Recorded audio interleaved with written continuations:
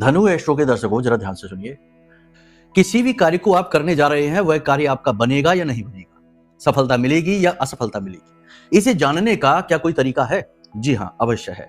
आज हम आपको एक ऐसा तरीका बताते हैं जो शास्त्रों में वर्णित है और इसके ऊपर तो एक विशेष शास्त्र ही लिखा गया है जिसे स्वर विज्ञान के नाम से जानते हैं। इसे डिकोड किया गया है बहुत सारे टीकाकारों के द्वारा। खैर, ये क्या है आप ध्यान से समझिए। आपकी नासिका के छिद्र से जिस भी छिद्र से श्वास बाहर आ रही होती है उसे हम सूर्य या चंद्र स्वर के नाम से जानते हैं।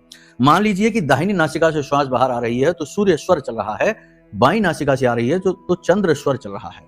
चंद्र स्वर में कार्य धीमी गति से होते हैं, तेज गति से किए जाने वाले कार्य असफल हो जाते हैं। जैसे बिजनेस की मीटिंग है, कोई जरूरी अपॉइंटमेंट है, कोई भागदौड़ भरा काम है।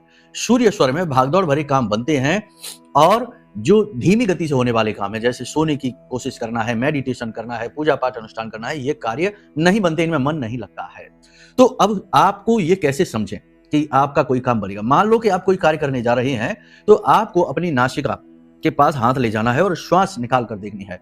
श्वास जिस भी छिद्र से बाहर आ रही होगी, मान लो कि सूर्य स्वर आपका चल रहा है, आपका काम 101% बनेगा। आप ट्राई करके देख लीजिए, सीक्रेट है, आज डिकोड हो गया है, ठीक है।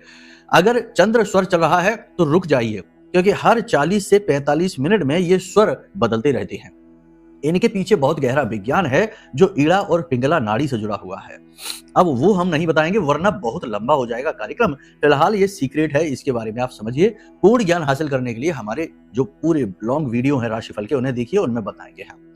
खैर, अब ये तो एक छोटी सी बात हो गई है जिससे कि थोड़ा बहुत अंदाजा लगाया जा सकता है, लेकिन अपने जीवन की पूर्ण दशा और दिशा को जानना, गहराई से समझना कि समस्या कहाँ है और उसके समाधान के कारण कैसे होंगे, कि कैसे समाधान होगा, ये सारी चीजों को समझने के लिए कुंडली आकलन कराना एक बेहद महत्वपूर्ण विषय है।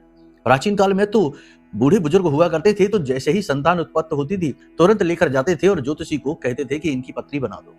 आजकल लोग अब ये भूल चुके हैं, लेकिन फिर भी जागरूकता अब आ रही है। अब तो लोग लिखते हैं और कुंडली बनवाते हैं। आप अपनी कुंडली बनवाइए, आपके वे प्रश्नों के जवाब मिलेंगे आपको जो अब तक मिल नहीं पाए। अब कुछ लोग कहेंगे कि हमारी तो कुंडली ही नहीं है, तब भी कोई बात नहीं है, कई अन्य मार्ग भी हैं आपके जीवन के रहस्य को सुलझाने के लिए। वीडियो में नंबर है, इन पर आप फोन कर लेना, आपको सभी मार्ग समझा दिए जाएंगे। राहत आपको जरूर मिलेगी, इस बात की गारंटी है। प्रेम से बोलिए जय माई की।